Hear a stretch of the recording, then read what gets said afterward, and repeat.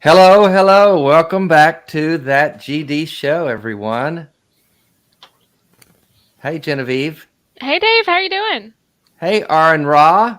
How you do? We start off this year with the Aron Ra. What a way to start the new year, right? Well, thank you. Yeah, seriously, it's so great to have you on. I just saw in the chat someone said they were fortunate enough to see you and me at the Faithless Forum in Austin a month or so ago, and as we reminded each other, we were on a team of Bible trivia warriors, and we crushed the competition. It was fun. It was really good to meet you after all this time, knowing you and knowing of you. I appreciate that. Thank you very much. Just don't blow me up too much. I used to be really vain, and arrogant and all about myself and all that. Oh, yeah? How'd you get over that? Then I discovered what narcissists really are. Mm-hmm. Yeah. And I'm like, oh, I'm much more humble now. Oh, good. So I see you're pouring a little stout there. Is that what that is? It is. Yeah, I know you like that. Yeah, I've heard you're quite the connoisseur. I'm a beer snob. Are you? A little bit. Well, anyway, thank you for tuning in, everyone. By the way, Genevieve, remind them what that number is. We'd love for you to call in. We actually already have a couple of calls tonight. We'll get them in just a minute. But what's that number, Genevieve? Yeah, everybody, please call in. The number is 217-375-9933. Or WWDD. What would Dave do? And if you've got a question for Aron or something you want to talk about, anything goes. We'll let you in and have that chat with you. Hit the like and subscribe button, if you will. And by the way, we do have all the verification stuff done. The monetization is good.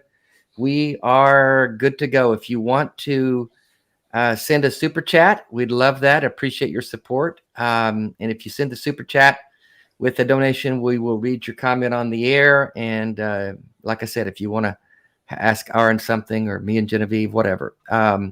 But thank you for your support. If you want to become a Patreon subscriber, that would be great. That helps us do the show. It costs some money to do this, the call-in studio, things like that. There are expenses. And so we appreciate your support. Appreciate you watching, tuning in. It's great to have you. Aron, I fully get it. I mean, the expenses of maintaining the bridge that leads to the broadcast tower, and then all of these things, all of the dishes that are involved, the celebrity guests that you have to keep on tap. And well, it's the airfare to bring you in. I mean, people don't realize, that you're in the other room here, and it costs money to fly you in from Dallas. and I tell you what, the view from 30 stories up is amazing. Yeah, no, right? How's the weather? It got cold in Dallas, right? Well, finally, we dropped to 50 degrees in 24 hours. Weather? It get cold. Sorry, 53. No, it dropped 50 degrees in 24 hours. Oh, geez. Did you get snow? I normally would put the doors on the roof back on my Jeep like mid-November, but it stayed warm, so I just didn't. And so all the way through December, I'm still driving around open. Mm-hmm. Mm-hmm. And it was like, first day of January, it finally goes from 70 degrees to 50 to 20 something. Yeah. Sheesh. Well, it has turned into winter most of the country. Before we take a couple of calls here, I want to get a little bit of. I know everyone kind of knows you, and most everybody knows who you are and what you do. But give us, for the viewers, the 3 or 4 that don't, what is the Aron Ra story. What did you? When did you get involved in the things you do now? We were talking back screen about how you identify. If someone asks you, "What do you do for a living?" or if you're on an application, what your occupation is. What do you describe it as, and when did you get into it, and why, and what's a bit of your history? Well, it's the same sort of story as everyone else, really. I was a tattoo artist, building a chopper in my dining room, and living same as everyone else, right? Living with a stripper, and then when we split, and so now I'm starting to think about how are like family court judges going to look at my lifestyle, and so I start trying to clean up a little bit. So suddenly the stripper is an insurance agent, and suddenly I'm working in computer tech support. So that we're good, clean up, right standing citizens and that sort of thing. But I very quickly got into, working one of those jobs where you take the same call all the time, and I've got unlimited overtime. I've got unrestricted browsing. I find myself in chat groups and stuff. Well, not chat groups, but news groups. And I found myself in Talk.origins pretty quickly, following that. Talk.origins, okay. On the web. And then I find myself in arguments with believers on one side and scientists on the other. And it was some of these believers that I was talking to on Talk.origins that told me of their insidious plan. It was like the James Bond movie where the villain always tells you when they think it's too late to do anything about it. They say that their minister got on the phone with a bunch of other ministers across the state, and they just tell their congregations how to vote as a block so that they can elect certain judges and senators. And back about when was this? In the 80s? When was this? This was right around Y2K. Okay. So 98 to 2000 in that area. And these people tell me that they have in fact positioned all of these people from the Chalcedon Institute, all these Christian nationalists, all these Reconstructionists were now senators and judges, and all across the country. And what they were telling me was a year or so later revealed to be the wedge strategy. That was the document that was accidentally leaked by the Discovery Institute, talking about how we want to put evangelicals, Christian nationalists in every position all through government. And then eventually there's going to be a case like Kitzmiller versus Dover that was predicted. It just didn't go the way they expected. They thought that a Bush-appointed right-wing conservative Christian judge would rule differently. The judge was a little irritated that one, Christian scientists like Kenneth Miller, for example, were able to give a completely sufficient explanation of evolution, and that all of the claims of the intelligent design theorists, every single one of them, had already been disproved before they went to court. And then in the court, all of their agenda was revealed to be fraudulent. And the judge was complaining that he is a Christian, and it was disappointing for him in his faith to see all of these people, as he put it, so proudly touting their Christian values, but then also time and again lie to cover their tracks and hide the real agenda behind the ID policy. And that's almost a quote from the court ruling. So that didn't go the way that the ID people expected, the Christian nationalists, but they are relentless. They will not ever admit any fault, any error. So they're coming from a base position, like they're almost as if they feel like they've been ordained by God to do this. They're missionaries for God, so to speak. Is that kind of what you've experienced in dealing with them, that they just feel like it's a mandate from God that this be a Christian nation and it's supposed to be, and if you're not a Christian, get the hell out? Well, they do have their entire own different set of facts. They live in a completely alternate reality supported by alternative facts. That does seem to be the case. When I go into the homes of people of my family, for example, that are on that spectrum, let's call it, and suddenly it's like all the data charts have been turned upside down or flipped over backwards, and just nothing makes sense anymore. And suddenly everything that George W. Bush did was somehow Obama's fault. And there's just no retroactively, right? Yeah. And when they have something they want to believe, right, like that Obama is going to take our guns away, they're not going to listen to any reason that, hey, you know what, Obama never did. He's still going to do it. No, Obama is not president anymore. He can't take your guns away. He never tried to take your guns away. Yeah, you can't deal with them with that. They won't listen. I mean, they think JFK's Jeff. There were people in Dealey Plaza in November waiting for JFK Jr. to show up. I can't. What do you do with that? I mean, how do you talk to them? Yeah, the level of stupid is just it. It impresses me. I think it's time to rename our species. I think that we were arrogant and overly hopeful when we decided that we should be called Homo sapiens sapiens, man, the wise of the wise, because we're idiots. Yeah. Yeah, we are. I mean, oh boy, the super chats they're a secular rarity. Thank you, brother. I got cookies. Here they come. The super chats are back, people. But so I did not know that part of your history, Aron, that's how you got involved and became the activist that you are. And then it was a sensitive part of my life. I mean, you grew up Christian, right? Though you grew up in a Christian home. Well, yeah, sort of. Mm-hmm. I came from a half and half family where half of them were chain smoking alcoholics with multiple felony convictions and all of that. On their fourth or fifth marriage, but they're better than me because we're Christian. Right. They've never cracked open a Bible. They don't care what it says. They don't know what a creed is, but they're better than me because they wear the T-shirt with the cross on it. Mm-hmm. Because that's all they know about Christianity. And if I try to talk to them at all, well, somehow I'm evil and stupid, and I need to do my research because I didn't go to oneamerica.propaganda.network to get my daily. So did you at that point you just started educating yourself on all the topics, the biology and history and the things that you were so knowledgeable of? Is that you just started digging in? And well, I mean, I always had some understanding of evolution. I mean, fortunately, my family had this tradition where you don't indoctrinate until they reach the age of reason, which they arbitrarily decided was going to be 8 years old. Well, as any Jesuit will tell you, you give me a child until they are 7 and I will show you the man, because you have to indoctrinate, inculcate the kids before they reach that age of reason, before they have the capacity to reason. And then you will stunt their intellectual development to the point that they will never be able to do it. They will believe exactly what they're told by whom they're told to believe. And that's all that it matters, is whoever tells them to believe. Anybody else, they won't believe it. But if that guy, the authority, tells them this is what they're supposed to believe, then that's what they will believe. I asked my mom all the time growing up, I was like, what do you believe? Well, Mormons believe. Okay, well, fine. That's what Mormons believe. But what do you believe? Well, I believe what Mormons believe. Yeah. Do you have any independent thought at all? No.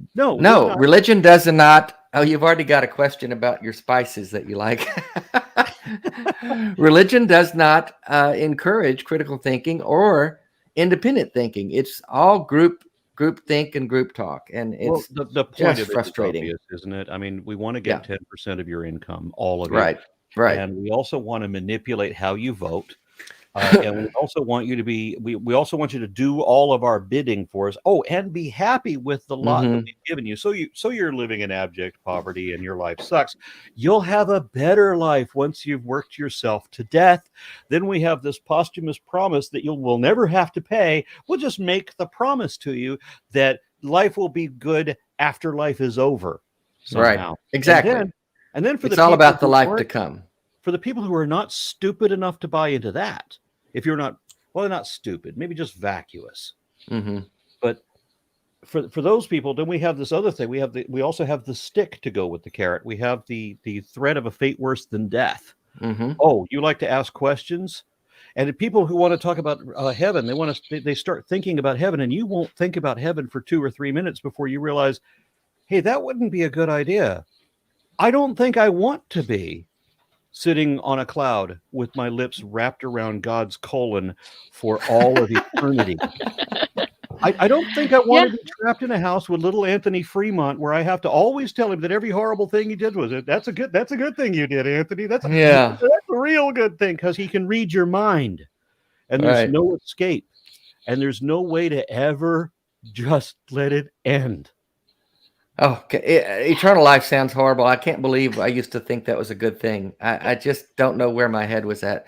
You never really got into evangelical tribe like I did. Genevieve never did get into it. I'm the one that drank the Kool-Aid and was just. We got a couple of calls. One thing, the chats. Thank you guys. The chats are popping in. Secular Rarity. Thank you. I got cookies. Thank you. Here's a question. I think for you, Aron and Kyle Brewer. Thank you so much. We'll get to yours, Kim, in a second. Matt C wants to know, what is a good counter argument for infinite regress?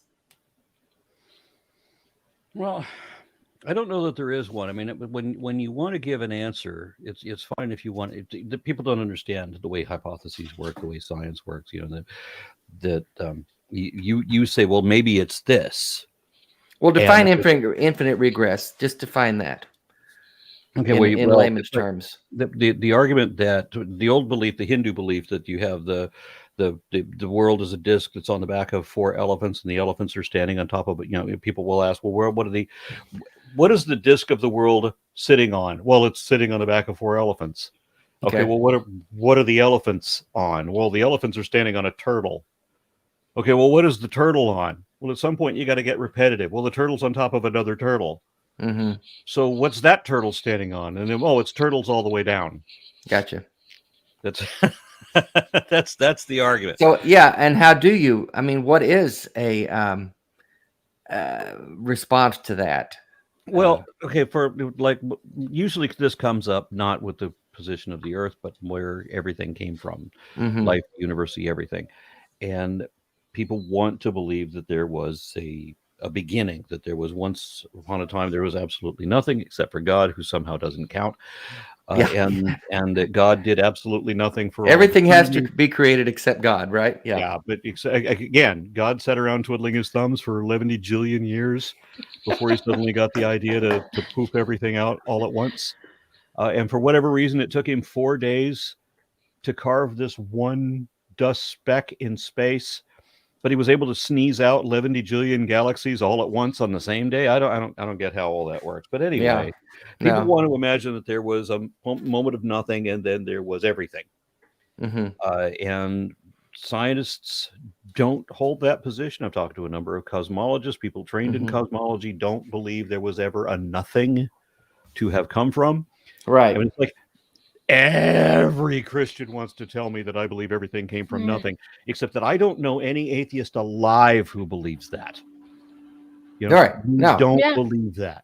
So, there's the first law of thermodynamics, matter cannot be created or destroyed. So, hey, maybe matter was not created or destroyed. Well, then they bring up the second law of thermodynamics. You don't understand. It's not like the covalent bonds are suddenly going to get weak. It's not like electrons are going to get tired and slow down. You know, that's not how that works. You have to put in the proper application, and there can be changes, as Sean Carroll put it in an interview that I did with him. He says that the universe can change the way it looks over time, and there can be different effects for different things because of or whatever. Maybe there was a singularity, maybe not. We don't know, but there are some indications that it might have been. But if there was a singularity, well, then where did that come from? It wasn't nothing. So if you have fourth dimensional matter suddenly inflating 3-dimensional space, that would look exactly like coming from nothing, but it wouldn't be coming from nothing. Gotcha. When they do that kind of scanner that goes over you, divides your body into 11,000 different sheets, but it seems to come from nothing, but it didn't really come from nothing. But people don't want to look; they don't want to see nuance. They want to see black and white. Right. They want to see a magic wizard who created Earth first, and that we are somehow the beginning and the center and the purpose of the universe. And if you don't think that you are the reason that the universe exists, then they call you arrogant. You know, the irony too is that I've heard so many Christians lately say to me and to others that, oh, well, you're not worshiping God, you're just worshiping yourself. But to think that a universe as vast as this was created just for little us, I think is so human-centric, so self-centered. It never has made sense to me. I will say to the original question as well about like infinite regress, I usually just get this asked to me as like, oh, well, who was the first mover? Everything has a cause. But the interesting thing about causality as we experiences it is that it is changes in space and matter over time. If there is no space and there is no time, how can we think that those principles would even apply? So that's pretty much, I just don't like arguing it. It's so silly. And we just don't know. You can't accept a change over time because there's a word for that. It's called evolution. And you can't ever say that. Yeah. It's so ridiculous too how they'll argue about these intricacies of the Big Bang to sort of disprove atheism as if like this is a major tenet of atheism. Mm-hmm. And yet when you just go into the most recent history of the evolution of life, you know, they skip over that. They go 14 billion years ago to the last 6,000, and they don't really want to talk about what happened in between. What I get that's just amusing to me is I offer, and have for decades now, I've offered to prove evolution to your satisfaction. If you sincerely believe that God created every kind of animal, boy, are you buying a bunch of bullshit. And but if you believe that because you're sincere and you're not yet aware that every preacher has lied to you, I'd be happy to prove that to you. I can prove that religion is nothing but lies, that creationism is nothing but frauds, falsehoods, and fallacies based on lies. And you have done that. Yeah. And I can prove to your satisfaction that evolution is the truest and best explanation there is for the origin of our species. And so I'll get into that, and we'll start with the basics. We'll start about levels of evolution. People will just dismiss, well, that's just microevolution. Yeah, but you hear me out. We got to start with the basics. And when you acknowledge that you understand the basic concept, then we move on to the next thing. But they can't accept even the basics. They say they accept microevolution. They don't. They accept macro, but they're too stupid to know what macro is. But they will tell you that they will accept what is actually macroevolution, but they don't have any of the definitions right. So they got everything upside down and backwards. And when they realize that I actually know what I'm talking about, and I'm making sense, and there's no counter argument, and then I ask, do you acknowledge and understand what we've told you so far? They have to bail. Yeah. Because believing in utter bullshit is more important to them than understanding reality. Well, when you're talking about evangelicals, you know that the reason they cannot lay down with evolution is that if creation isn't true, if it's not Adam and Eve and original sin and the fall of man, then the whole gospel message falls flat on its face.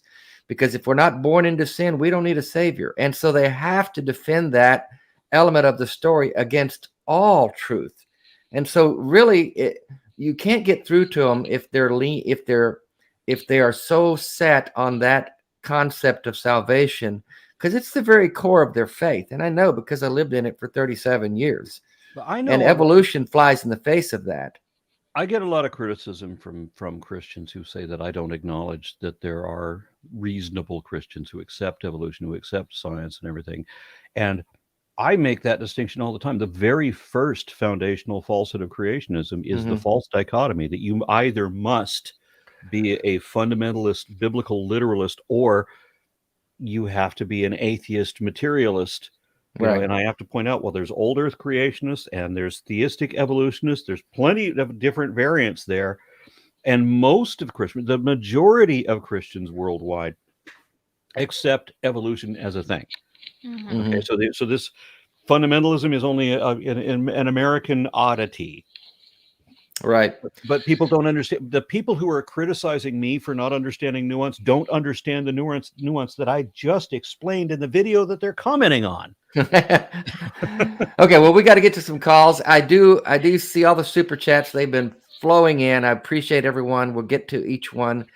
I only criticize the fundamentalists. The reason that I do is because when you get into philosophical arguments, I mean, if Hume didn't completely refute Aquinas, why is Aquinas still being quoted? I don't get that. So right. with a philosophical argument, it's not necessarily always possible to win those. Well, but with creationism, they're making statement of fact that are demonstrably wrong. Right. So we can prove that they're wrong. And that's the beautiful thing. I've seen it a number of times where you get somebody backed into a corner when they can't escape.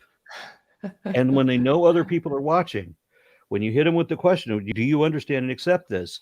You get a psychotic meltdown. where a grown man becomes a small child, slobbering on themselves and spitting and starts name calling. Then, and starts spitting out fourth grade insults because they don't have anything else. They can't admit what they know to be true. Right.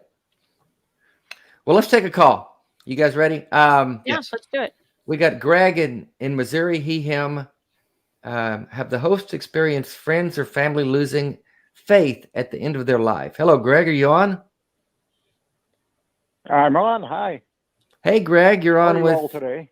You're on with Aron Ra and Genevieve. How are you? I'm pretty good, and I want to say I'm honored to be on with the three of you, and I truly mean that. You guys are kind of my little heroes out there. I really love your shows, and I love your videos. And I want to tell Genevieve, my grandma's name was Genevieve. Oh, and wonderful. I always thought if I had had a daughter, that might have been a candidate, but I wasn't lucky enough to have the daughter, so I didn't get to use the name. But it's a classic name. But I like the name. It's really nice. There's dozens of us. What did you want to talk about? Yep. Well, I've had this in my mind for a number of years. Twice in my life, I've had people close to me. One was a friend's grandma, who was one of those grandmas that was kind of grandma to everybody, and we were always invited over her house, and she was a wonderful human being. And she and I used to discuss religion, and she was a Methodist, and we would discuss it. And I never convinced her; she never convinced me. But the arguments were always very civil, and and I loved her to death. She was really wonderful. Well, Grandpa died, and he was also really a grand person. He really was wonderful too. But he died, and then Grandma stopped going to church. And as much as an atheist as I am, it's like we all said, Grandma, we'll take you to church. We'll get you there if that's where you want to be, because that's your friends and that you've been with for 50 years. And they said, oh, no, it's fine. I just watch the church service on TV and that's good enough. Well, it turns out when she was near death on her deathbed that her family, she told her family she didn't believe in God anymore. And it kind of shocked me. Mm-hmm.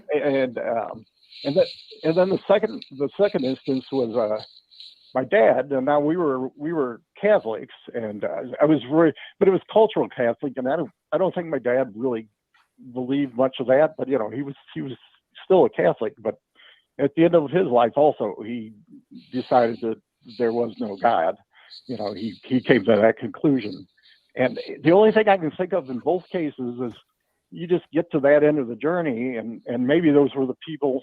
You went to church because those were your people. That's that was your family, and then but by the time you get to the end, they've all died, and so you just kind of figure it's nonsense. I don't know. Has anybody else ever experienced that? I can tell you, because you always hear, oh yeah, when you get old, you're going to find Jesus. But that doesn't seem like the case. There are few skeptics in my family. Blood relatives, I might be able to count one of all the people that I know.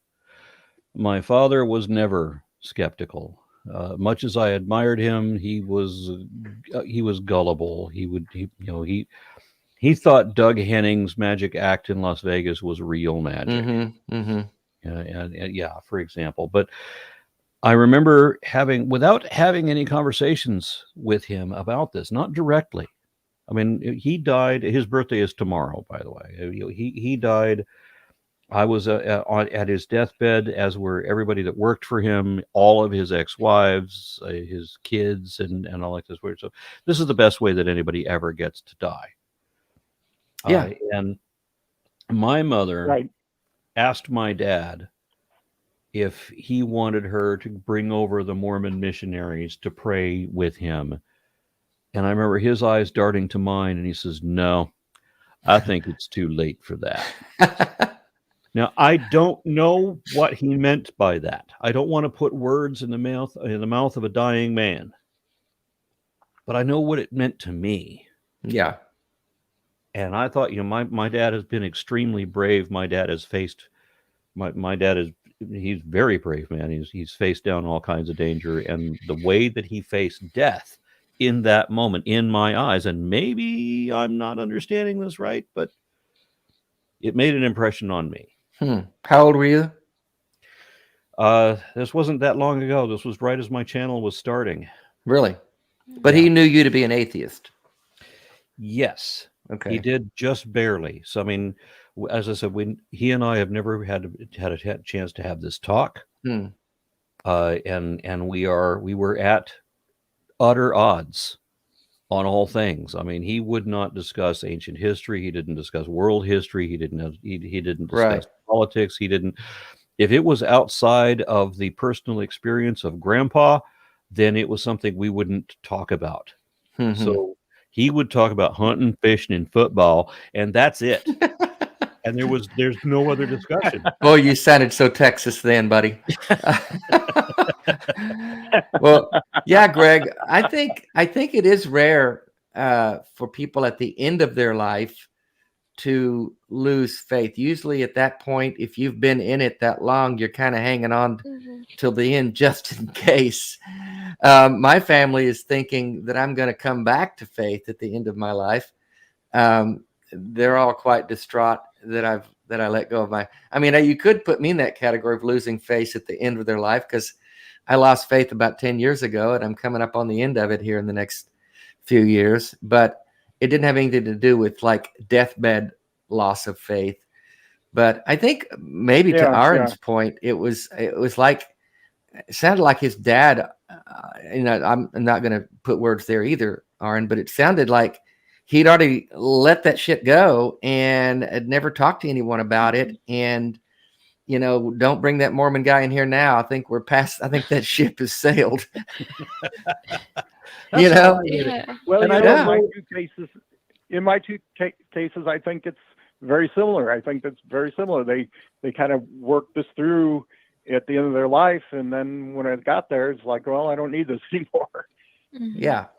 I think there's a couple things in play here for many different people. When you get older, when you reach a certain age, you kind of stop giving a shit anymore about what other people think of you. I saw that with my dad. I mean, he'd always been like an outspoken atheist, but once he got around like 60 years old, that's when he just had no problem being sometimes just flat out rude. There was a few times when I had to nudge my dad to be nicer to people.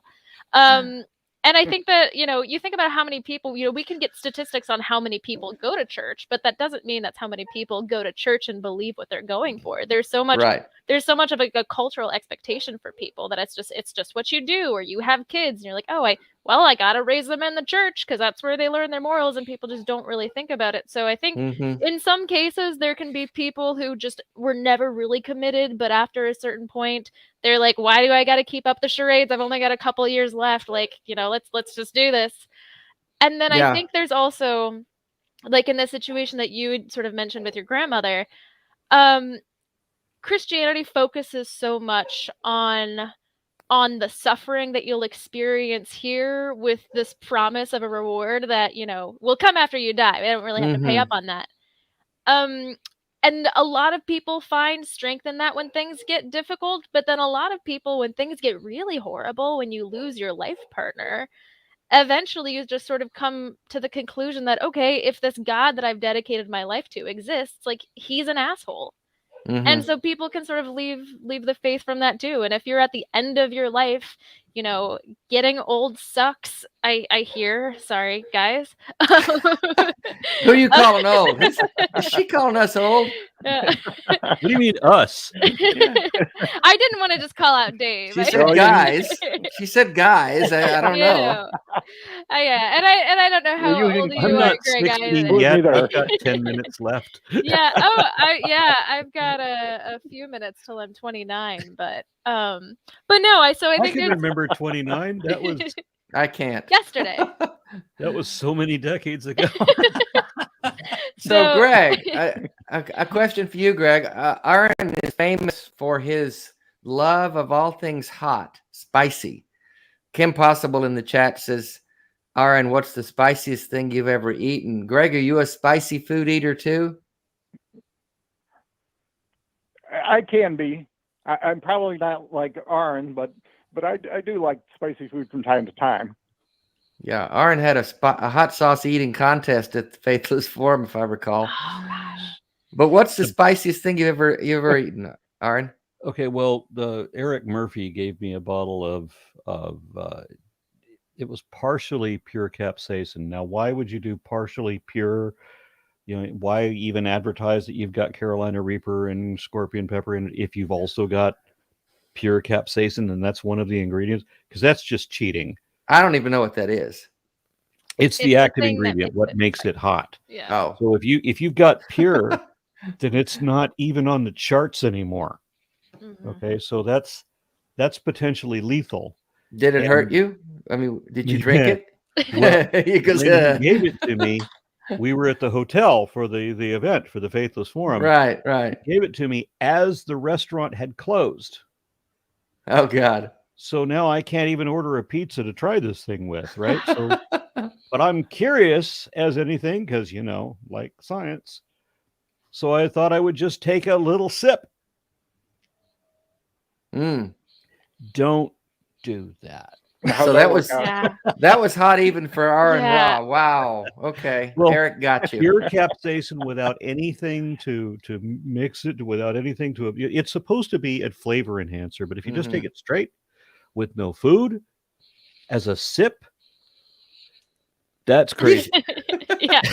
I am a huge spicy food enthusiast myself. I'm not. And I'm a that just weenie. sounds stupid. No, I'm a I weenie. would not do that. I don't understand I putting have- stuff in your mouth that hurts you. I don't understand that It at doesn't all. hurt. It does hurt. It's invigorating. It's wonderful. Well, Can we'll be agree to life-threatening. disagree. Yeah. It can be life. I've gotten to. I've hit levels. I hit a level one time when I had food that was so hot I had to call my wife just to tell her I love her in case I don't make it. In case I don't make it. Well, Greg, I appreciate the call. We're going to let you go. We've got a bunch of calls lined up, but we appreciate your call tonight and thank you for your support, brother. Yeah. Take care, buddy. Okay, well, thank you guys. I appreciate the talk. I'll You call bet. some other time. Thank you Thank you. much. Yeah. Thanks, Greg. We got a bunch of calls. Yeah, Kim, there's your answer to the hottest thing Aron's had. Let's take this is kind of a call for you real quick. Yeah. Genevieve. Bailey in Maryland wants to ask you about the Spires logo. Yeah, I'll totally talk about that. Hello, you're on with Genevieve. What's the Spires logo? Hi, so fantastic to be on live with people I are part of my doom scrolling routine, and now here I am interacting with you in real life. Yeah. Oh, thanks good. Thanks Thank for you all so calling, much. Bailey. Are you Yeah, also and from if I Frederick, had Maryland? I am also from Frederick, Maryland, which is Neighbor. really what prompted me calling live. Yeah. Because I've had a hard time hooking up with figuring out where the local free thinking community is. I don't know of one in our town. I know that the Unitarian Universalist Church off of Elmerder Road, I know they do an atheist agnostic day. I want to say it's like the second and fourth Wednesday of the month, but I haven't gone to check it out myself. But that's all one. Yeah. Start one. Yeah. If you don't have one, start. There's no church there. Start a church.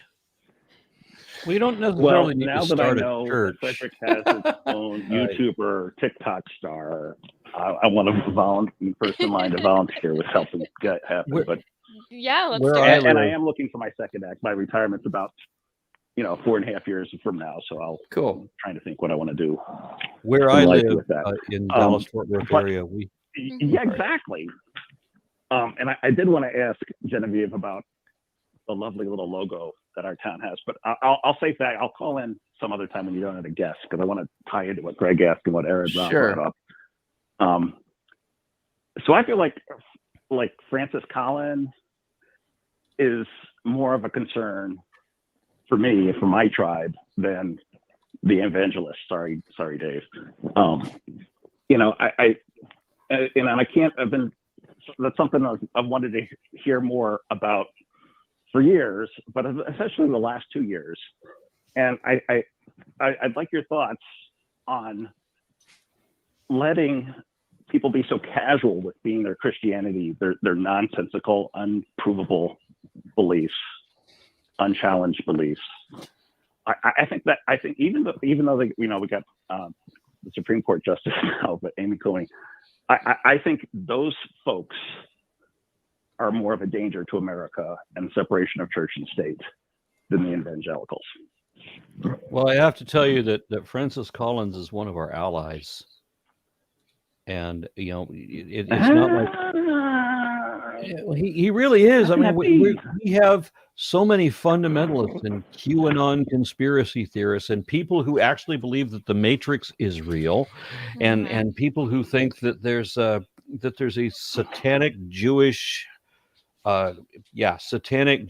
atheist cabal of Freemasons in control of the Illuminati, who are now all reptilian. We have like no kind of rational thought anymore, except for among the Christian community, we have people like Kenneth Miller and Francis Collins, and while what they believe is still nonsense, they will still side with us and say, look, Adam and Eve, like Francis Collins said, Adam and Eve, not possible. Right. There is no global flood. There was no Adam and Eve. Get over it. Fix your theology somehow, because there's no possibility for Adam and Eve. Francis Collins said that. So I will cite him as an ally. But doesn't Francis Collins, to the best of your knowledge, Francis Collins believes in God and Jesus? Do you disagree? Yeah, but the world is not a dichotomy. We have to accept that people are going to have varying degrees. I like to look at everything in a bell curve. Okay, so I don't put people in this extreme versus that extreme. Most people are in the middle. Now I realize I'm not in the middle. I realize I'm on an outer edge here. Mm-hmm. But Francis Collins is not on the opposite edge. He's closer to me than he is to John Hagee or to Mike Pence, or to Steven Anderson, or to Boebert or any most of the Republican senators.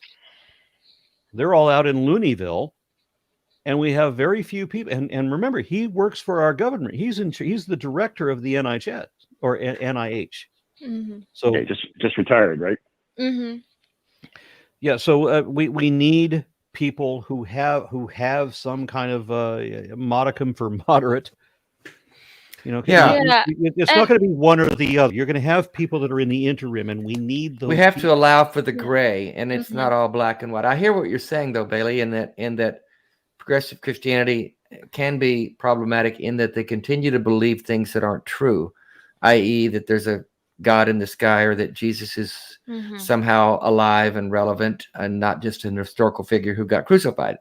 If he was that, I understand what you're saying in that can be problematic, but we, as Aron says, we need allies and people that are in the middle that can help us fight against the extreme. Does that make sense? Yeah. What's more dangerous than religious extremism? I grew up in the gray. Yeah. Well, Bailey, I think something that I'll say as well, because it kind of ties into your original question, which is my thoughts on the spires. If you're not aware, Frederick, Maryland is this gorgeous historic Civil War town about 45 minutes outside of Washington, D.C., and our logo is the church spires, because our entire skyline is these really tall historic church spires. And I moved back to Frederick after living in North Carolina in the Bible Belt, where every church on every corner had some of them had Trump flags, and some of them had their little message boards all about hell and damnation. And when I walk downtown now, the churches that I see have rainbow flags and encourage. And there's one on Church Street that has a big Black Lives Matter flag, which you never would have seen in my small town North Carolina. I think when we're talking about the purpose of secular activism, or at least my purpose, it's not to destroy Christianity as an entire institution as it is right now, because that would hurt a lot of people, that I care about. And I also recognize that for some people, when they read the Bible, they see it as a book of radical acceptance and love. And the first protest that I ever went to when I was in high school, I was maybe 14 or 15 years old. And the Westboro Baptist Church was coming to our town because the local Episcopalian church, that church on Church Street, They added a lesbian pastor to their church, and so the Westboro Baptist Church came down. And so the first protest that I actually participated in of my own volition was defending that church. When we're dealing with a time like now where we've got the abortion laws in Texas and Mississippi, the Supreme Court being as it is, QAnon going off the fucking rails, I am not going to point my finger at the loving Christians who do not deny science and who are not trying to strip rights away from people and say, no, you guys are the baddies. It's not practical. It's not kind. It's not how I see the world. So when you say that Francis Collins is a bigger threat, you have to think, is Francis Collins among those who would say that everybody who ever voted Democrats literally eats raped babies while worshiping Satan? Because there's a whole bunch of people who say that I and everybody else who ever voted for a Democrat is a left winger, because most Democrats are not left wing. But remember, we were talking about dichotomies here. It's us versus them, good versus bad, black versus evil, or black versus white, whatever. And so that's the way that they see everything. So everybody that voted Democrat is therefore necessarily a leftist. It doesn't matter that all of the Democratic presidents have all been on the right wing of the political spectrum, or the political compass, rather. They have to see things this way. And so they say that every Democrat is therefore Satanist, even though most of them are Christian. No, it doesn't matter, because they're not my kind of Christian. They're not fundamentalist, right-wing, political, conservative, Trump-loving Christians. So that means that they drink raped babies' blood. Mm-hmm. So Francis it's kind of like you have Collins to choose your battles. room. Yeah. And we get what you're saying, Bailey, but at the place we're at right now in this country, you just kind of got to choose your battles, and that's all correct. Yeah. The progressive Christians who say that God is real and they love God, I get frustrated with them too, but they're not doing any damage. They're not trying to impose that on anyone. They're not trying to pass any laws that restrict people's rights. So we gotta focus our attention and our energy on the places that are damaging, and that's kind of what we're saying, I think. Mm-hmm. Yeah. They also haven't been able to rein in the evangelicals, though. And you have things like the Methodist Church. Did you see that one where they're going through the schism now because I guess the African Church don't want to accept homosexuals? Yeah, I know what you're saying. Again, I mean, that was the mainstream church I grew up in. Yeah. And I'm excited. I don't mean to interrupt you, Bailey, but I'm excited for you to watch the show next week, because we actually do have a progressive Christian friend of mine coming on, and I'll be really excited then to sort of talk about the issues that I do have with progressive Christianity. Yeah, I'll be pushing back against him. I do go back and forth on it. So definitely tune in for that. But let us let you go. We're trying to get through all the calls tonight. We got more than usual. Thank you, Aron, for that. Thanks for taking my call. Yeah, Bailey, call again next week if you can and talk to and reach out to me. Yeah, thank you, buddy. Excellent. Yeah. Bye-bye. Bye, neighbor. Yeah, Frederick neighbor, huh? Mm-hmm.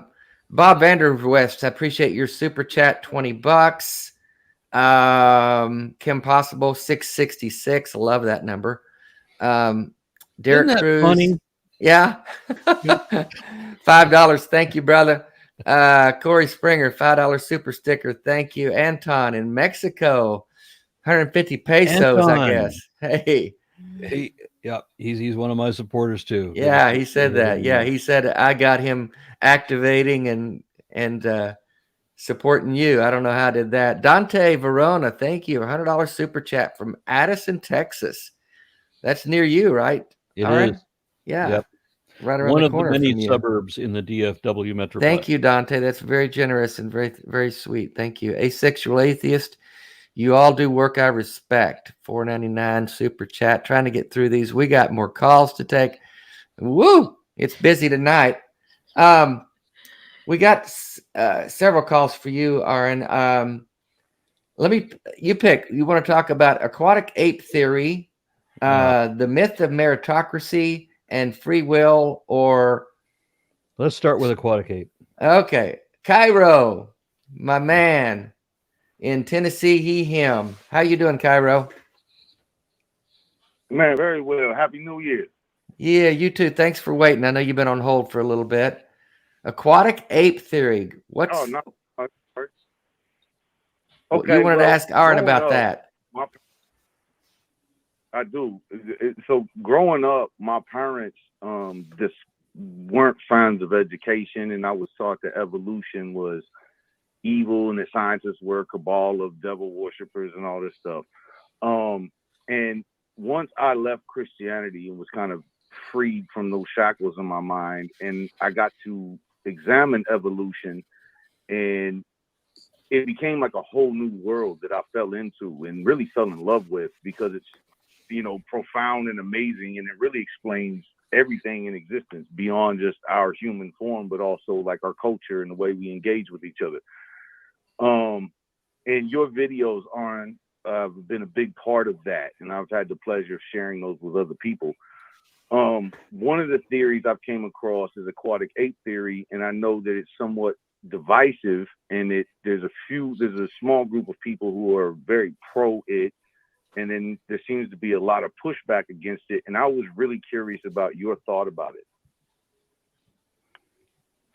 About Aquatic Apes Theory? Yes, Did I hear you right? Yeah. So there was this charming little old lady who came up with this idea that the reason that people had fat, and that we have body fat and other apes don't have body fat, and that must mean that we, like the whales who have a whole lot of body fat, we must have evolved for some point in the water. So we moved from the jungle to the savannah, I guess, directly into the water, and that we can hold our breath underwater like no other primate can, and these sorts of arguments. And they featured her. I don't know if it was a TED Talk or if it was TEDx, but I remember that she was featured, and she's an adorable little old lady. You know, she has to sit in a lazy boy recliner because she can't stand, because she's so old and all like that. But the thing is that, and I hate to say it, but I mean, everything she said was wrong. Everything. Wow. Okay. I've seen monkeys, I've seen chimpanzees swim underwater, and sometimes they hold their nose and sometimes they don't. Sometimes they just swim underwater with both hands in motion. I've seen obese orangutan, chimpanzee, rhesus monkeys flowing over with fat. So it is possible to have body fat. It's possible to have obesity. And the thing is in science, you can postulate anything you want to, but if you don't have evidence that backs that, then there's no discussion. Mm-hmm. Even if you're a sweet old lady saying it, right? It should be.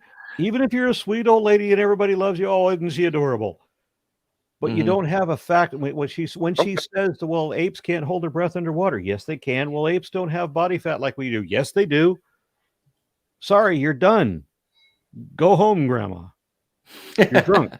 Good point. I did not know those things. So that's great information. Yeah. Well, that's good. That's what you tell them, Cairo. The idea, but I had to explore the idea at first. I mean, and entertaining it means looking into it, and seeing what it actually says. And I found out. Yeah, I've watched a lot of videos on both sides of the thing, and I thought it was just an interesting, and I was really curious about what you thought about it. But you brought up some good points, and I wasn't aware of those. So thank you. Yeah, my pleasure. I wish. And I'm sorry if I was curt about it. I shouldn't be. You said what? No. I'm sorry if I was curt about that. I shouldn't be. No, not at all. I appreciate your input. That's what I call for. But I wish all of y'all a happy New Year and continued success, and keep being good. Thank you, Cairo. Thank you. Appreciate the call, brother. Thank you very much. Bye-bye. Yes, sir. Okay, we got another call. Y'all ready? Keep them coming, huh? Yeah. Pat, him in Indiana, wants to ask Aron about the idea of free will, and he wants to talk about meritocracy and also luck and all things like that. So one person gets 3 questions. Okay. I don't know. We'll see. We'll see how we do with the first one. Hey, Pat. Hey guys, how you doing? Good. Oh, I'm sorry. We're taking live calls. Go ahead. What's on your mind? Yeah, I was wondering if Aron would be willing to build the whole idea of the myth of free will and the myth of meritocracy and the idea of luck. It's all kind of tied together. And the reason I'm bringing it up is I've noticed I've had some luck with theists in the past, that the ones that are just down deep, won't budge. And if you start bringing up some studies in neuroscience and some ideas about, you didn't choose your parents, you didn't choose your genes, you didn't choose your environment, schooling you went to, the state you were born in, the country, on and on and on. And a lot of times they start scratching their head, you start thinking, wow, this is making a little sense. And because you're not talking about Jesus, you're not talking about their church, you're talking about supernatural stuff, which free will really is. It's all against natural laws of science, the whole idea of free will. But they're not going down that scary road of heaven and hell and Jesus and everything. So what you've done is you've cracked their little wall a little bit. You've entered the door, and now they're starting to do some critical thinking. They're questioning some things. Next thing you know, they might be rethinking their whole idea of religion. Then if you can start, and it's happened a couple times with me, where I don't know if they're atheists now, but they sure don't believe what they used to believe. Yeah. What are your thoughts, Aron? Well, can you phrase that as a question? Well, I was just curious if you agree with that whole idea of using that path to get to a theist, where you're not really talking about theist things, you're talking about free will. Have you ever noticed how some people will answer a question differently depending on how you phrase the question? If you ask a yes or no question, like if I ask, do you believe in God? Virtually everyone will say yes. Mm-hmm. But if I ask the same question rephrased, I say, are you convinced that an actual deity really exists? The majority of answers will be no. It's the same question, but they're programmed that they have to say yes when they hear, do you believe in God? Well, but if you ask them to define the God, wouldn't you say that most people, especially if the Christian world I lived in, if you ask them, do you believe in God? And you ask them the follow-up question, do you believe in a deity actually exists? They would say yes. But when it comes down to defining that deity and giving understandable actions to that, they have to revert back to what the Bible says. And then you've got a quandary. As far as holy scriptures go, the Bible is really wanting. Yeah. The Bible is very popular, but it's not very good. It just really isn't. And as far as spirituality goes, it's especially bad. When we're talking about free will, it's a very uncomfortable topic. Yeah. Because especially for people who'd have a tendency to think in dichotomies, that you're either this or that.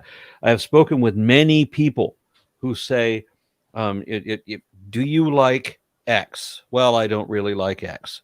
They say, oh, okay, so you think X is terrible. No, I don't think X is terrible. I just don't really like it. And that could be anything from a popular movie or book to asparagus. I don't especially like this thing, but that doesn't mean that I think it's absolutely the worst thing ever. But there are people, and I mean, this week I've had people talking to my face who've said things like this. Oh, so you think that's terrible? No, I don't. I just don't I'm just not particularly interested in that. When you have people that are in a mindset like that, and you bring up free will, that's a problem, because free will, that you already know that there are people in your family that you can manipulate just on how you phrase the statement or question, what kind of response you're going to get. I knew because my dad always wanted an argument. That he used to watch every night after dinner. He would watch Sha Na Na, and I knew, and I tested this to show it, that if I said to my dad, "Oh, you like Sha Na Na," he would argue that he doesn't like it, even though he watches it every fucking day after dinner. But if I phrase the question in a different way, to maybe shut up, dog. Dog's got a question. This is so sweet. Don't you bark. Don't you bark. And you shut up too. It's okay.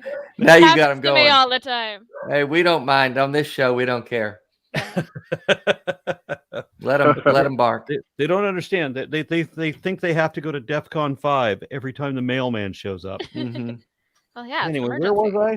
Well, the idea of free will. I know there's a lot of different ideas about whether we have it. Go ahead, Pat. No, I was just wondering if Aron understood basically what I was implying, that I've had better luck kind of going through a different door, and sometimes just getting them to start questioning things is the first thing, because like you said earlier, the Christians or theists, they just don't ever question anything. They won't budge. And if you go in a different way, a different angle, and you get a little crack there, you can start opening some doors. Like, I don't know if you're familiar with Robert Sapolsky out in Stanford. He wrote a book called Behave. I would highly recommend anybody to look at that book. And he thinks the whole idea of free will is just, laughable. And I so get do that. A lot of people. I get that. But you've just described, you may not be aware, but you just described the reason why it's laughable. You know that if you change the stimulus, you'll change the response. I know people, if I ask them a yes or no question, they can't answer that question until they know why I've asked it. Mm-hmm. As if the reason that I asked it changes the answer. It shouldn't. It should still be, if the answer was going to be yes the first way, it should be yes the second way. It's a yes or no question. It's going to be yes. You don't have to know why I asked it. But they want to know the motivation, because that might change their answer. Mm-hmm. I don't get that, but that's the way people are. So you know that it's possible to manipulate people very subtly. And so you too can be manipulated in this same way. Mm-hmm. But does that mean, sure, when you realize that we are products of our culture, we're products of our upbringing, we're products of our genetics, we're products of our political disposition, whether that's genetic or not, I don't know. And sometimes I think it is, although I was more right-wing as a child. Maybe I grew up, and that seems to be backward of what other people do. If you take that we don't have free will, then there are people who always ever run to extremes and say, well, you can't hold anybody responsible for anything anymore. Well, of course you have to. Right. And that, well, and yeah, and people are going to argue nihilism, and it just becomes, that's like Sam Harris says, just because you don't believe in free will doesn't mean you just give up and you throw the oars out of the boat and float around. You don't know the impact of running into a smart person, what that can do to your life. So I agree with what you're saying. What my point is that it can change your whole outlook on life. You can understand how we ourselves work better, and others work better by looking back. Why do I believe what I believe? And then you can trace back and say, oh, I was born this way. I was brought up in this sort of environment. Like you said, political, it's all environment and everything, and it's all luck. And that's why it's important sometimes for us to, when we're dealing with Christians that won't budge, you understand them better, because you understand that they're products of their environment, genes and parents and schooling and the state and the country. I mean, why do almost everybody's religion is tied to pretty much where they were born? Well, it's all luck. Of course it is. Well, Pat, another. I'm sorry, I don't mean to interrupt you, Pat. He's still working on a point. No, go ahead. No, please, after you. Oh, go ahead. Okay. I just wanted to ask quickly. You've heard of street epistemology, correct? Because ultimately, see, I guess the way that I'm thinking about this is that your idea that discussing free will is the way to get people to think critically. I mean, what if their faith and their belief in God has absolutely nothing to do with whether or not free will exists? I think it's important to really understand why the person you're talking to believes what they believe. And I think it's a great way to sort of avoid, running in circles about something that they honestly might not even care about. And well, I guess my point is, if you can, you're right. They might be not tied to free will, their belief in religion, but if you can get them to just question something for once in their life, good luck about free will. And then all of a sudden, it's just like that's the problem with most Christians, like Aron talks about all the time. They won't question anything, and they don't understand one of the most important things in the world, that admitting you're wrong is so hard for most humans. But if you convince someone that admitting you're wrong, all that is saying to yourself, you know what? I'm smarter than I used to be. I've got some friends and the whole run on critical thinking now because they just understood that. I said, don't be embarrassed that you're wrong. You're smarter than you were yesterday. There's another, and then they just see it all differently. So if you could just get a little crack like that, sometimes you can get Christians to crack a little bit. When you admit that you're wrong, you immediately stop being wrong. That's true too. Yeah. Right. Well, I think the point with the Christians and their need to cling to free will. I mean, my understanding and my response I get most of the time when I deal with Christians and ask them about the problem of evil and why there's evil and wickedness in the world, and if God's in charge of everything, what happened? Why are there so many things wrong? And the stock answer is free will. Sure. And the fall of man. And so you don't have as a Christian, you don't have a sufficient response to the problem of evil and wickedness in the world unless you fall back on free will. If you take free will out of the equation, then God's got some splaining to do. And they can't really dance with that because they don't have a good secondary answer for the problems that exist in the world. Why little girls are abducted and raped by psychopaths? Well, because God had to give free will to man in the Garden of Eden. That's the only answer they have. And you take that away from them, and they're really bare and naked. Exactly. And if you can crack that, if you can just use neuroscience studies, all kinds of things, and just common sense about how the whole idea of free will is just nonsense, and they start thinking about that, then it might lead farther and farther and farther. All of a sudden, they're critical thinkers in a way, and they're questioning. So they've never questioned anything. Like Aron said right at the beginning of the show, we're just a bunch of idiots. Mm-hmm. But we think we're so smart. And the most dangerous combination in human beings, as everyone knows, is the combination of ignorance and arrogance. It's the most lethal problem.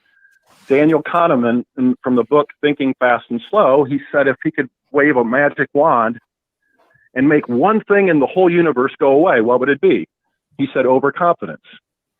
And that's what you're dealing with Christians. It's just overconfidence. They're so sure about stuff that doesn't even exist. It's just it's all make believe. They know for sure. I saw an evangelical earlier this week who was complaining about what is the criticism against being confident. Well, of course I'm confident. I know for 100% for certain. I'm like, for 100% certain shit that is proven wrong. Everything you say is wrong, but you know it 100% certain. That's the problem. Mm-hmm. Yeah, exactly. But anyway, that's all I was wondering. My dream would be for you, Aron, to how you do these deep dives into certain areas and you go on is to go into this area and really, because you've got the skills and everything to do this and put this all together, all these ideas, and think, because you can convince listeners and other people to understand how we work, how the other people work, and how you can kind of break this whole it's just one little backdoor way in to, it's so complicated. It's a very deep issue. I mean, you could go on and talk about it. I mean, I could go on and talk about it for hours and hours and hours. I've been studying it for years. There's so many different angles and issues for it. But when you get done with the whole thing, studying it all, it's just baloney. And I frankly think it's so important that the free will issue is kind of the umbrella that everything else falls under. So when I if you mentioned can get that whole idea, go ahead. I didn't want to cut you off. I'm sorry. No, go ahead. That's all I was. Okay. Well, I've noticed in myself how I was culturally manipulated and how my reactions were conditioned. For a long time, as I might have indicated accidentally in the beginning of this conversation, I was in the company of people who praised apathy. And while that wasn't the way I was raised, that was something that was conditioned into me, that I was supposed to be cooler than that, not to respond to things. And that came to a head when I watched a vicious collision, and I watched it happen, a car crash, a horrible car crash in the middle of the night where there's no one else around. I'm the only witness, and there's one woman crawling out of her wrecked vehicle, pleading for help. And I remember thinking that here I am standing here watching this, cool, as if nothing affects me. And that's when I realized that I'd been conditioned to behave that way by assholes who I knew were assholes at the time. And yet my involvement in that kind of a community has chilled me to this point where I would view human tragedy with such apathy. And so that's when I challenged it. I mean, so I have exactly had to reevaluate my own position over and over again. There are people who've spent a decade in prison, and I know a couple of evangelicals like this spent a decade in prison and never admit that they ever did anything wrong. Right. And fortunately, that hasn't happened to me. For me to view other aspects of my life and realize what an asshole I was in the past. And there's not going to be a judgment.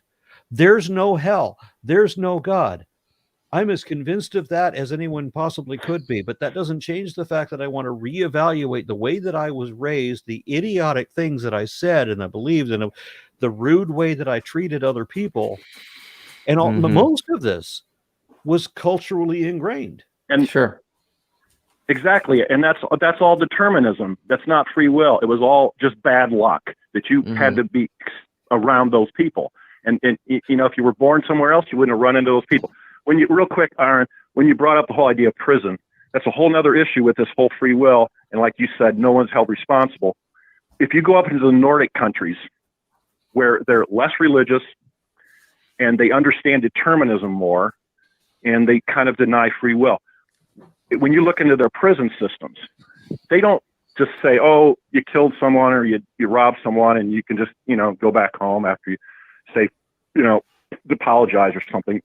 But they run their prison systems different. They understand that it's environment.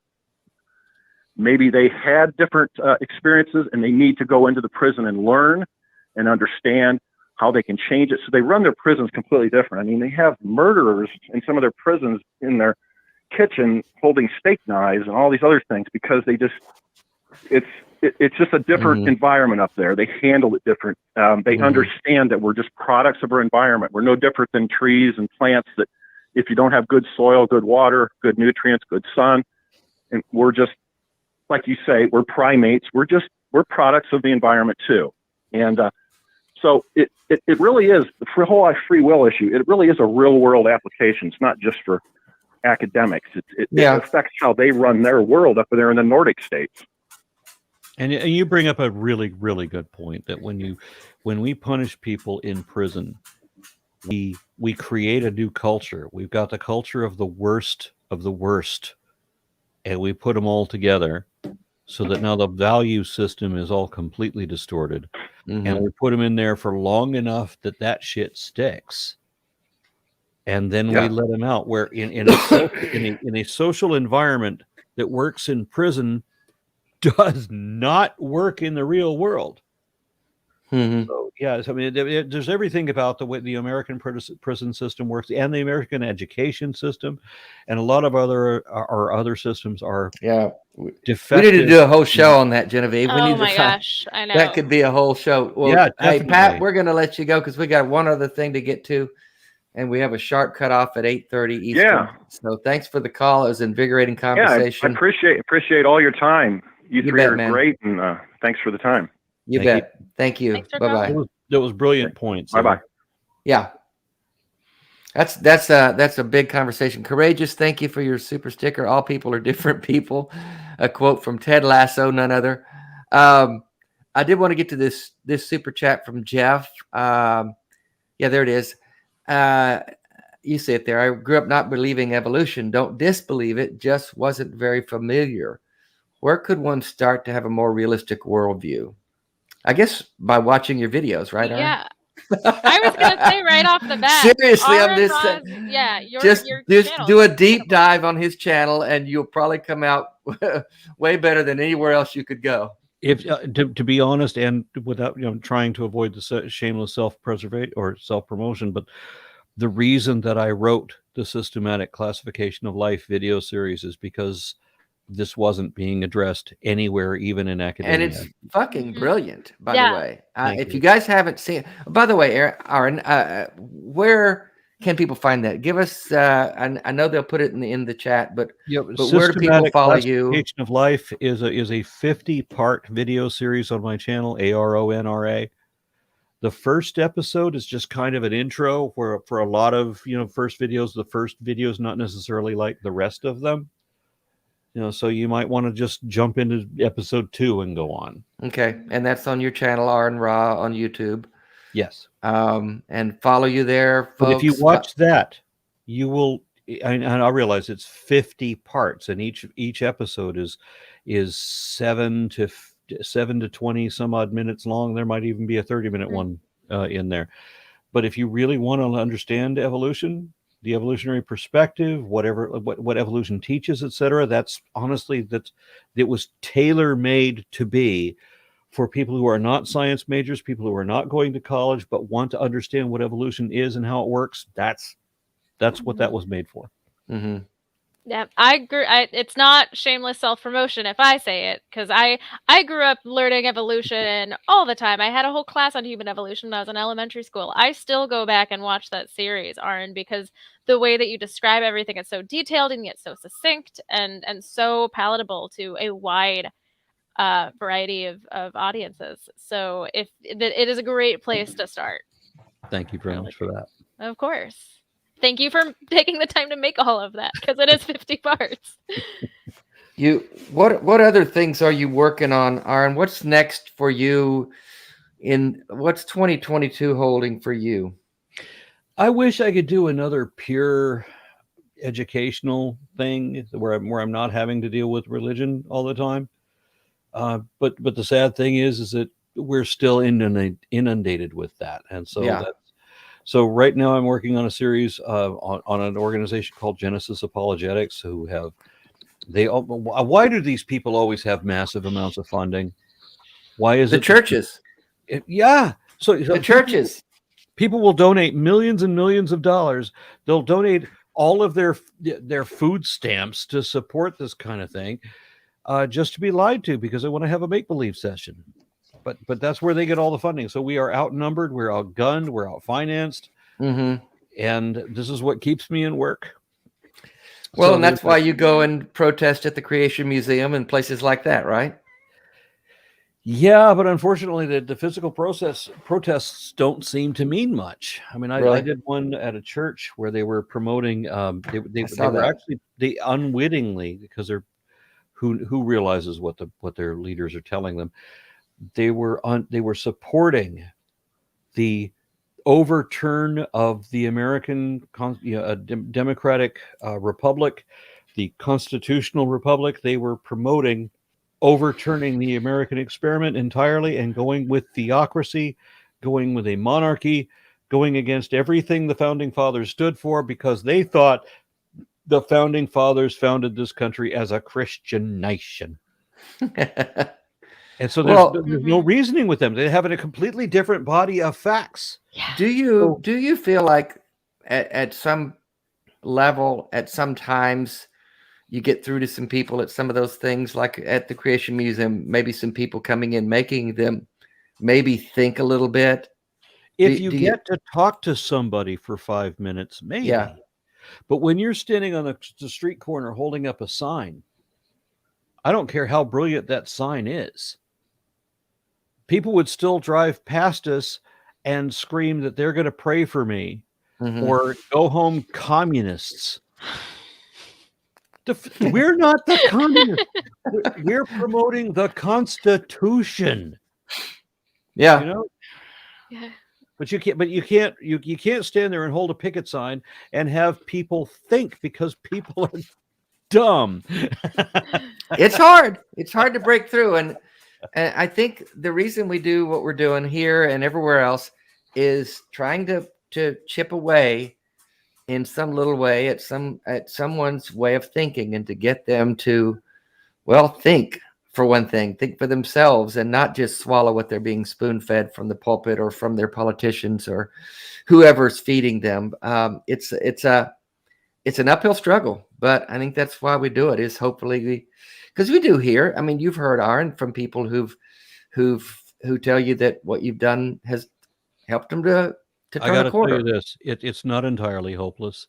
No, as hopeless as it may seem sometimes. I get messages, not every day, but almost daily.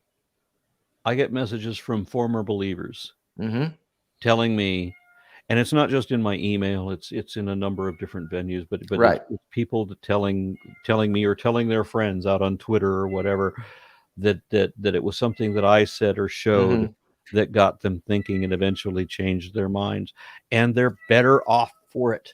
Yeah. So, they feel better about it. They're not like sad that, oh, he took my faith away. They're thanking you for setting them free in some ways. There's no better motivation.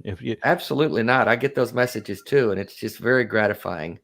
We had Yeshua HaMashiach in the chat. He tried to call in as Atangelo, which everyone knows. Atangelo. I'm not taking his calls, and now he's in the chat telling I didn't have the courage to take his call. Well, you lied about who you were on the phone. He had the courage. I had the courage to have him in a written discussion on my forum in League of Reason, wherein he did not have the courage to answer a single fucking yes or no question. He's a waste of time. Yes or no. He's a waste of time, and I'm not doing it. Do was copy and paste huge blocks from his own website. I've gotten emails from him with those copy and paste things. He's ignoring the question because he's afraid. He's so very terrified to think. He's the biggest goddamn coward. He's the loudest coward in the world. Shut the fuck up, Otangelo. He thinks he's on some mission from head God. Out from thy ass and think. Oh, he's just worn us out. I knew I'd arrived on my very first show, or in my very first YouTube show, our first show, Genevieve.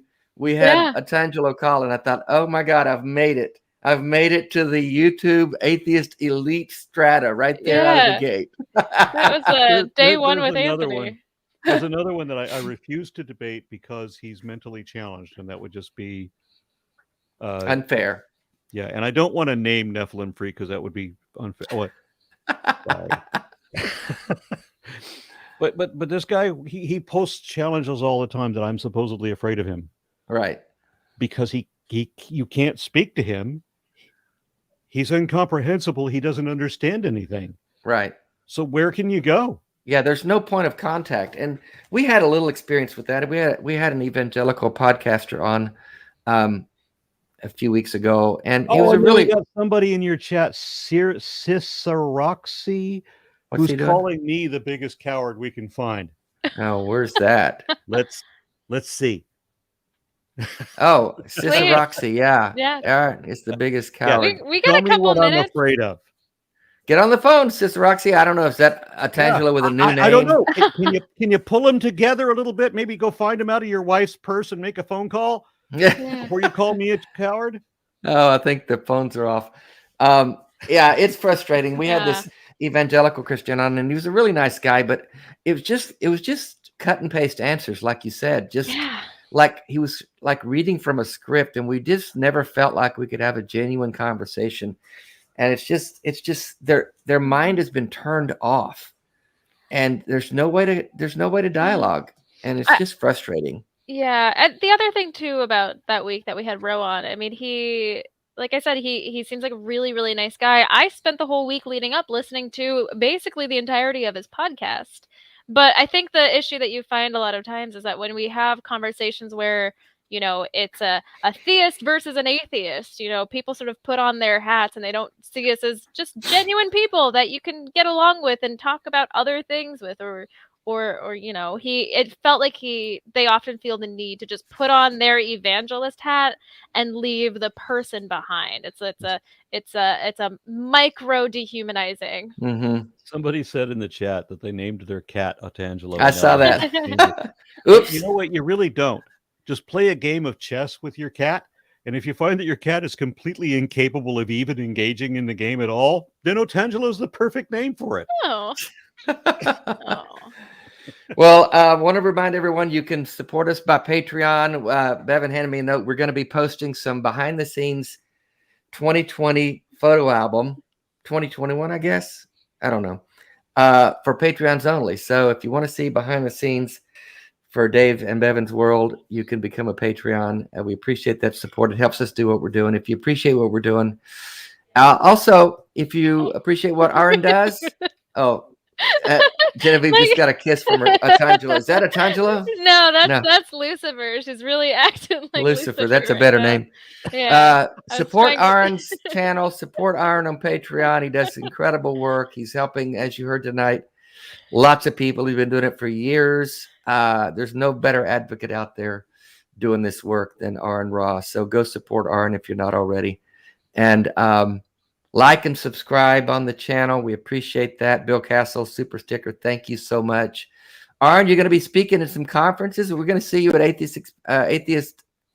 American Atheist Conference. You're going to be there? I am one of the featured speakers at American Atheists. If the world will stop progressively destroying itself, I know. If it would just stop coming to end for a while so that we can, live again. I am supposed to give a Darwin Day presentation to the first ever Satanic Congress in Scottsdale, Arizona on February 12th, Darwin's birthday, and 13th.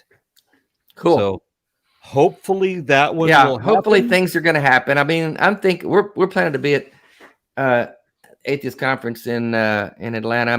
Matt's trying to get me on there to speak. He thinks they're going to ask me, but I haven't heard from him yet. So put a plug in for me. I know you're on the board. Yeah, I've been waiting for American Humanist Association to book me as a speaker, but I guess they don't think I'm human. But at least the Satanists think I'm a devil. So okay.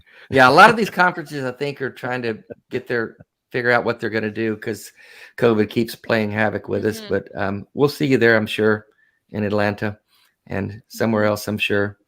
Thanks again for coming on, my man. It was so good to have you. We had an invigorating conversation. The calls and chats were flying in. I couldn't keep up with them, but we did our best. It was good to meet you in Austin. Yeah. I just wanted to throw that out there. Oh, my pleasure as well. I've always been a big fan of yours, and I was just really great to have some time with you there. We'll see. We'll do it again soon. And everyone, thank you again for watching. We are out of time. That's our show for this week.